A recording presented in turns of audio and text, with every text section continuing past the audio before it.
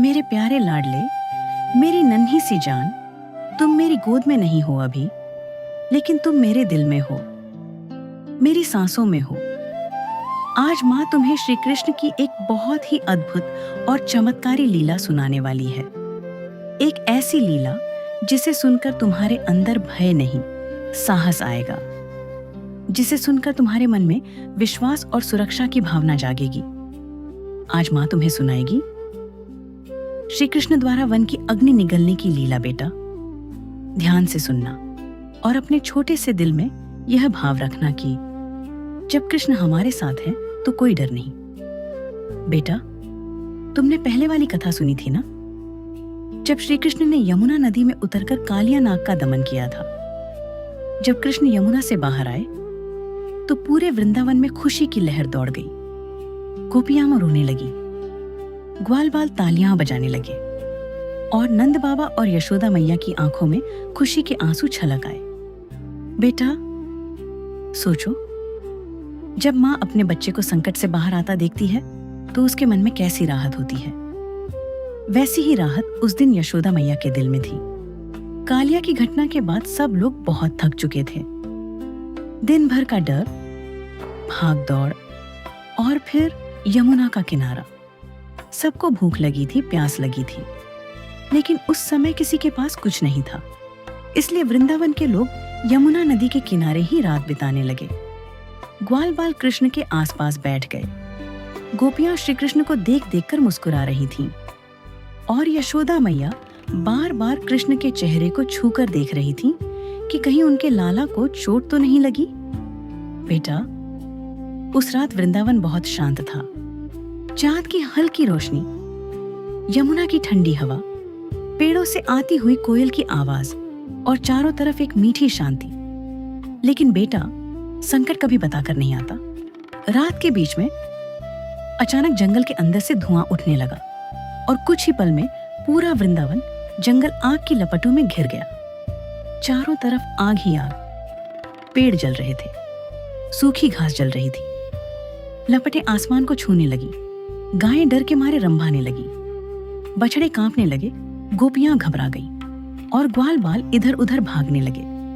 बेटा, यह आग इतनी भयानक थी कि उससे बचने का कोई रास्ता नहीं दिख रहा था। आग चारों तरफ फैल रही थी और हवा आग को और भी बढ़ा रही थी। सबके चेहरे पीले पड़ गए।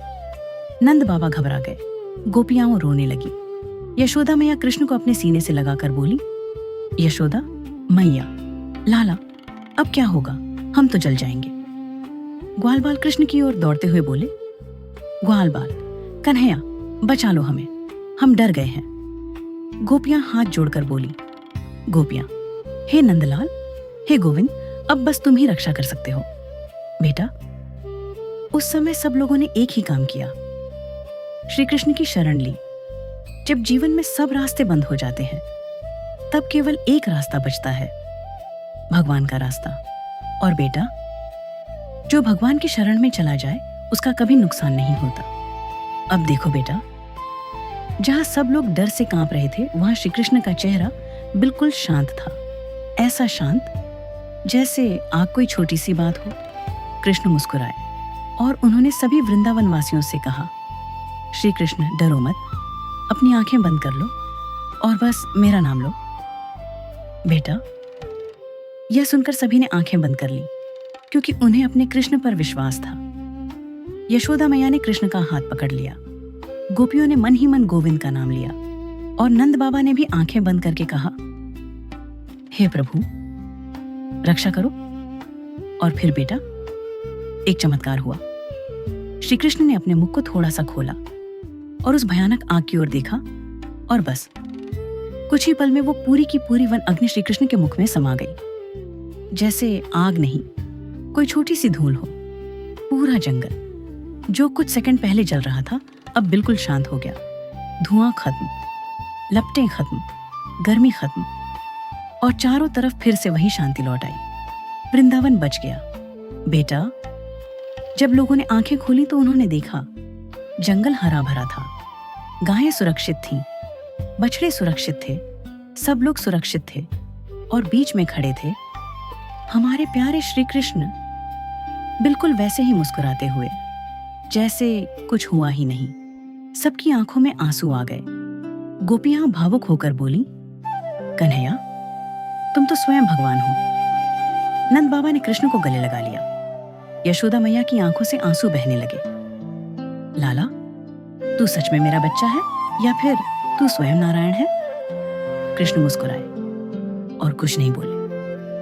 मेरे प्यारे बच्चे, इस कथा से माँ तुम्हें एक बहुत बड़ी सीख देना चाहती है। देखो बेटा, जब जीवन में संकट आता है तो लोग डर जाते हैं, लेकिन श्री कृष्ण ने सिखाया कि जो भगवान पर विश्वास करता है उसकी हर आग बुझ जाती है।